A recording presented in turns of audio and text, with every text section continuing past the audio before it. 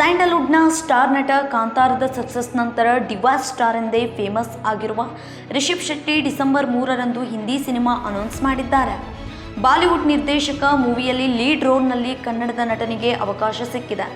ನಟ ಈ ಸಂಬಂಧದ ಪೋಸ್ಟ್ ಶೇರ್ ಮಾಡಿದ್ದಾರೆ. ಈ ವೇಳೆ ಬಹಳಷ್ಟು ಜನರು ನಟನಿಗೆ ಶುಭಾಶಯ ತಿಳಿಸಿದ್ದರು. ಆದರೆ ಇನ್ನೂ ಕೆಲವರು ಟೀಕಿಸಿದ್ದಾರೆ. ರಿಷಬ್ ಶೆಟ್ಟಿ ಅವರಿಗೆ ಕಾಂತಾರದ ನಂತರ ಭಾರೀ ಬೇಡಿಕೆ ಬರಲಾರಂಭಿಸಿದೆ. ನಟ ಕಾಂತಾರ ಸಿನಿಮಾ ನಿರ್ಮಿಸಿದ ನಂತರ ಭಾರೀ ಫೇಮಸ್ ಆಗಿದ್ದರು.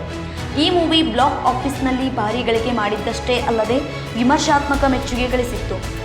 ಹನುಮಾನ್ ಚಿತ್ರದ ಡೈರೆಕ್ಟರ್ ಪ್ರಶಾಂತ್ ವರ್ಮಾ ಒಂದು ಚಿತ್ರ ಮಾಡಿದ್ದಾರೆ. ಇದಕ್ಕೆ ಜೈ ಹನುಮಾನ್ ಅಂತಲೇ ಹೆಸರಿಟ್ಟಿದ್ದಾರೆ. ಈ ಚಿತ್ರದ ಮೂಲಕವೇ ಇದೀಗ ಆಂಜನೇಯನ ವಿಶೇಷ ಕ್ಯಾರೆಕ್ಟರ್ ಡಿಸೈನ್ ಮಾಡಿದ್ದಾರೆ.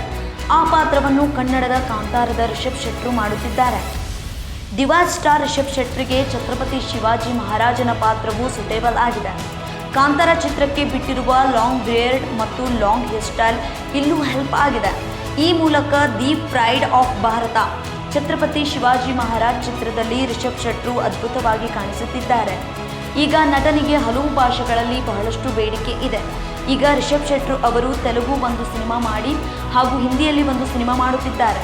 ಹಿಂದಿ ಸಿನಿಮಾ ಅನೌನ್ಸ್ ಆಗುತ್ತಿದ್ದಂತೆ ನಟನ ಕುರಿತು ಟ್ರೋಲ್ ಹೆಚ್ಚಾಯಿತು. ಇದರೊಂದಿಗೆ ನಟ ತೆಲುಗು ಹಾಗೂ ಹಿಂದಿ ಸಿನಿಮಾ ಒಪ್ಪಿಕೊಂಡಿದ್ದಾರೆ. ಟೀಕೆ ಮಾಡೋರು ಮಾಡುತ್ತಾರೆ ನಿಜ, ಆದರೆ ಅಲ್ಲಿ ಸಿಗೋ ಪೇಮೆಂಟ್ ಇಲ್ಲಿ ಸಿಗುತ್ತಾ ಎಂದು ಕೆಲವರು ನಟನನ್ನು ಬೆಂಬಲಿಸಿದ್ದಾರೆ. ಇಲ್ಲಿಯ ಸಿನಿಮಾ ಬಿಟ್ಟು ಹೋಗಲ್ಲ, ಬದಲಾಗಿ ರಿಷಬ್ ಕನ್ನಡ ಸಿನಿಮಾ ಇಂಡಸ್ಟ್ರಿಯಲ್ಲೇ ಕೆಲಸ ಮಾಡುತ್ತಾ ಬೇರೆ ಕಡೆಗೂ ತಮಗೆ ಬರುವ ಅವಕಾಶ ಬಳಸಿಕೊಳ್ಳುತ್ತಿದ್ದಾರೆ. ಇದು ಹೇಗೆ ತಪ್ಪಾಗುತ್ತೆ? ಇದರಲ್ಲಿ ಟ್ರೋಲ್ ಮಾಡುವಂಥದ್ದೇನಿದೆ ಎಂದು ಸಂಬಂಧಿಕರು ನಟನನ್ನು ಸಪೋರ್ಟ್ ಮಾಡಿದ್ದಾರೆ. ಬೇರೆ ಭಾಷೆಗಳಲ್ಲಿ ಬರುತ್ತಿರುವ ಅವಕಾಶಗಳನ್ನು ಬಳಸಿಕೊಂಡಿರುವ ರಿಷಬ್ ಶೆಟ್ಟಿ ಮತ್ತಷ್ಟು ಎತ್ತರಕ್ಕೆ ಬೆಳೆಯುತ್ತಿದ್ದಾರೆ.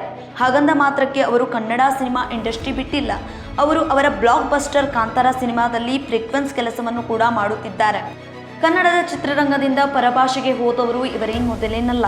ಹಿಂದಿನಿಂದಲೂ ಕಲಾವಿದರು ಬೇರೆ ಇಂಡಸ್ಟ್ರಿಯಲ್ಲಿ ಕೆಲಸ ಮಾಡಿಕೊಂಡು ಬಂದಿದ್ದಾರೆ. ಶಿವಣ್ಣ ತಮಿಳಿನಲ್ಲಿ ನಟಿಸಿದ್ದರು. ನಟಿಯರು ಕೂಡ ಅವಕಾಶ ಬಂದಾಗ ಬೆಳೆಸಿಕೊಂಡಿದ್ದಾರೆ.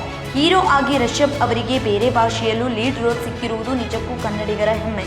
ಇದು ಟೀಕಿಸುವ ವಿಷಯವಲ್ಲ. ರಿಷಬ್ ಶೆಟ್ಟಿ ಕನ್ನಡದಲ್ಲಿ ಕಾಂತಾರ ಮೂವಿ ಮಾಡಿ ವೀಕ್ಷಕರಲ್ಲಿ ಝಲಕ್ ಮೂಡಿಸಿ ಅನ್ಯ ಭಾಷೆಯಲ್ಲಿ ನಟನೆ ಮಾಡಿ ತಮ್ಮ ವೀಕ್ಷಕರಿಗೆ ಹೆಚ್ಚಿನ ಝಲಕ್ ನೀಡಲಿದ್ದಾರೆ.